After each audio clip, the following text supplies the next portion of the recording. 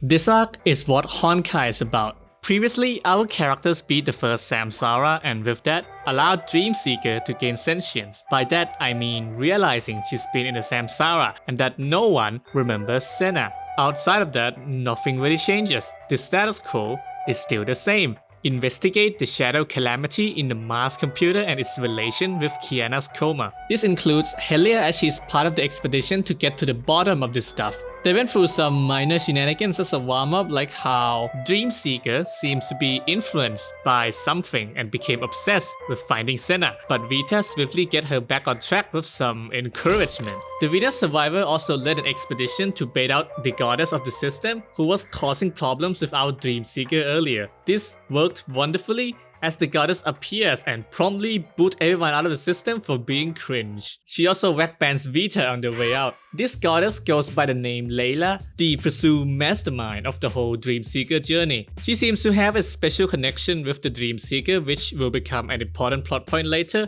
Anyhow, this quantum computer is where the Dreamseeker go to clear designated stages that is theorized to have been put there by Layla. The rest of the group's job is to make sure she is able to do her own thing, as per usual. With this, it looks to be bringing the gang back in time to learn about the origins of the shadows, starting from about a century before the Seven Shoes era. The expedition group brought with them a lot more firepower. The main gang, minus Senna, but in her place, Teresa, Durandal, and Vita on her Smurf account. Unfortunately, things never go to plan as the group gets split upon entry. Vita gets her Smurf banned about half an hour into this run, but all in all, everyone is alright and reunites in a little bit. They're currently in Langshu a century before the Seven Shoes era, and what they will find out here would eventually throw a wrench into the whole operation. Just know that instead of the usual measure of time like what year it is, the story switched to using which 10 Shoes War season it is, which is like a ritualistic gladiator-esque tournament where people can join, and if they win, the reward is an audience with the god and they also get immortality. The group thinks that the goddess they're talking about in this case is probably the same one that they came across in the previous one where Vita baited her out. So they decided to join and get intel on the goddess,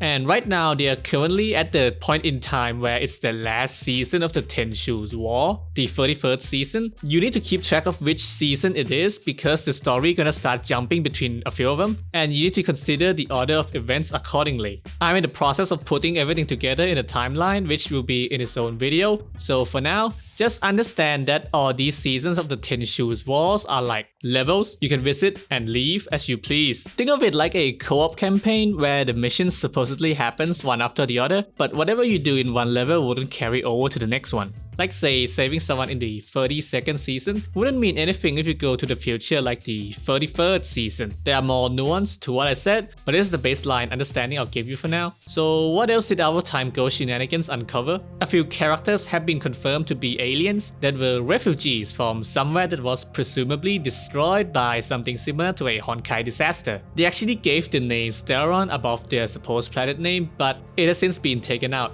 And from what I've gathered, it still doesn't make sense timeline-wise, so what the deal this name was is still an open question. Anyhow, this group of refugees includes, but most likely not limited to, Senandina, Letos, Serapium, and a new one we haven't seen before, Naharam. Next thing is Agita, who as we know from the first few chapters, knows that she's in a computer. Her case is like the Mobius case we had back in Elysian Realm. If you have the memory, manner of speech, act like that person, live the life of that person, and also with the looks of said person, aren't you pretty much just that person?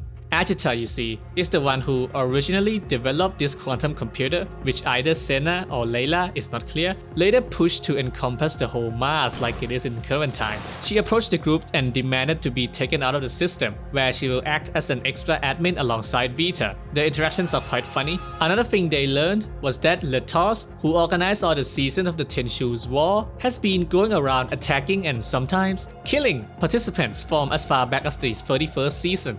Most of the story time is pretty much gathering intel on why Letos is doing this. They know that Latos likes to talk about committing his greatest sin and how he should cease to exist because of it. No one knows what he actually did, but all signs point to the coming 31st Tenshu's War, which was the last one. So the group deploys to stop his act, as that's the best lead they have. Who knows, maybe this is related to the shadow crisis that they need to solve to get to the next stage. Unfortunately, this led to a tragedy where due to whiplash with Latos, he was able to nab one of them, which is like, to our knowledge, someone dying here wouldn't mean they would in the real world, except it's different this time because Latos just can. As for the final details, we need to wait for more chapters to come out, but the bottom line is, Latos took choleric, and the one who was most affected by this was Helia, whose mental went into a death spiral after the fact. Her declining mental health happened over the course of this part of the story, though it seems that her emotional outbursts are being influenced by some kind of inner demon. So what the hell is this thing?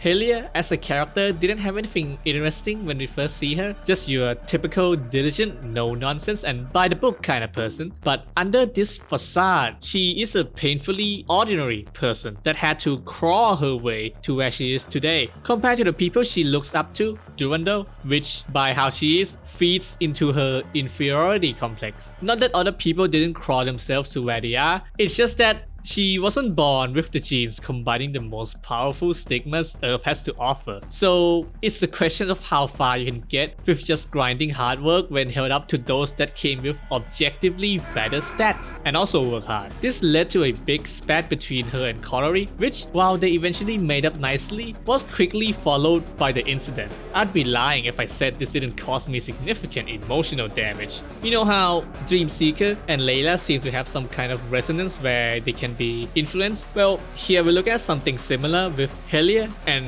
Helia, but one of them is simulated. We know that the Mars computer has this avatar algorithm that automatically gives people who enter what it thinks is the best avatar for that person. Like for example, someone who wants to procrastinate and someone who never got to have a normal childhood. Or this is just an elaborate excuse to make someone a kid. Jokes aside, how does everything come together?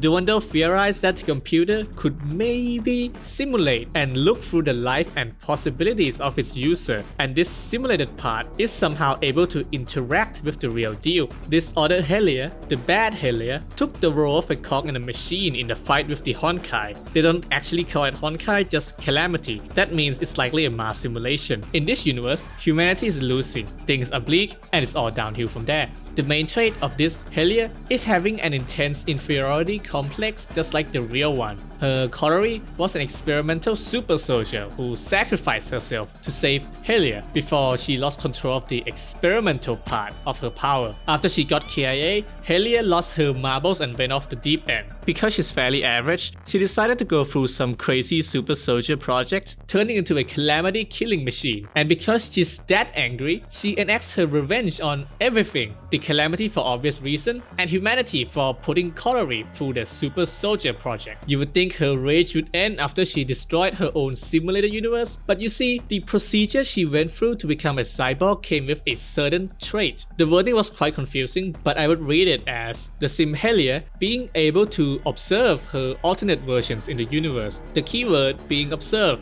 not interact. But with the extraordinary circumstances like in the Mars computer, just like with the Dreamseeker and Layla, it is the only place where these two Helia can affect each other. And if she doesn't get to have her Collery, no one will. That seems to be why she's going after our Helia, though her life didn't seem to be the Sims Helia main target, cause she had plenty of chances to do so and she would rather spend those time tormenting the other party instead. You're ugly, you are disgusting, I'm gonna kill you, give me $200.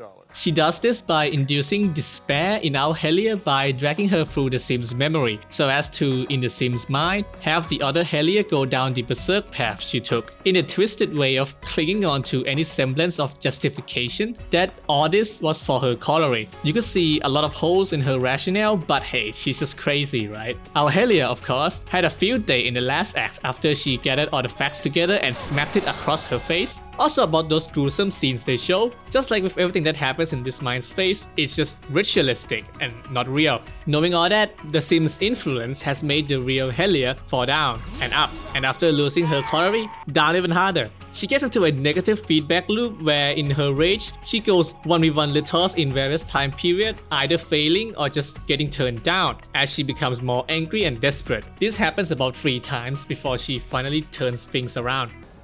You took everything from me. I don't even know who you are. What is happening? The rest of the group has been hard at work investigating Litos. They have received insights and hints from the system admins, basically getting told straight to their face to go get his ass and maybe something will happen. And they were about to start fighting him when our rejuvenated Helia appears to volunteer for a 1v1 with him. You could not live with your own failure. Where did that bring you? Back to me.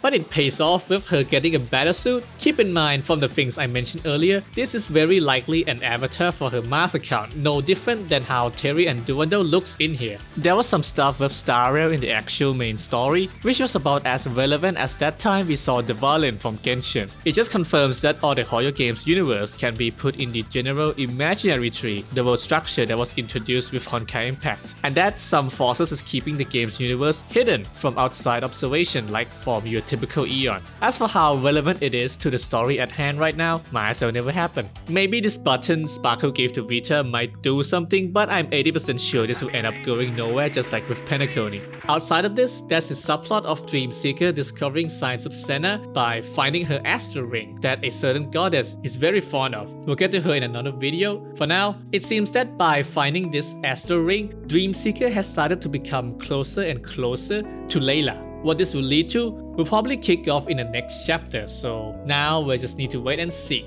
In summary, the important questions to look out for next chapter: what happens now that Litos is gone? What's the deal with calorie consciousness and how will that impact her revival? What would Dreamseeker becoming closer to Layla mean for her? Why does Layla have nothing in her head except Senna? And why is Vita acting mega sus? And that's the video. If you ask me what the best thing about Honkai is, it will always be the character arcs. It's a story with a character who has a very relatable struggle. Emotions does run high and her voice actor is killing it, by the way. Just me talking about it wouldn't do this story justice, so go play it if you haven't. Overall, fire story, keep it coming. Next video should be the Mars timeline, so stay tuned.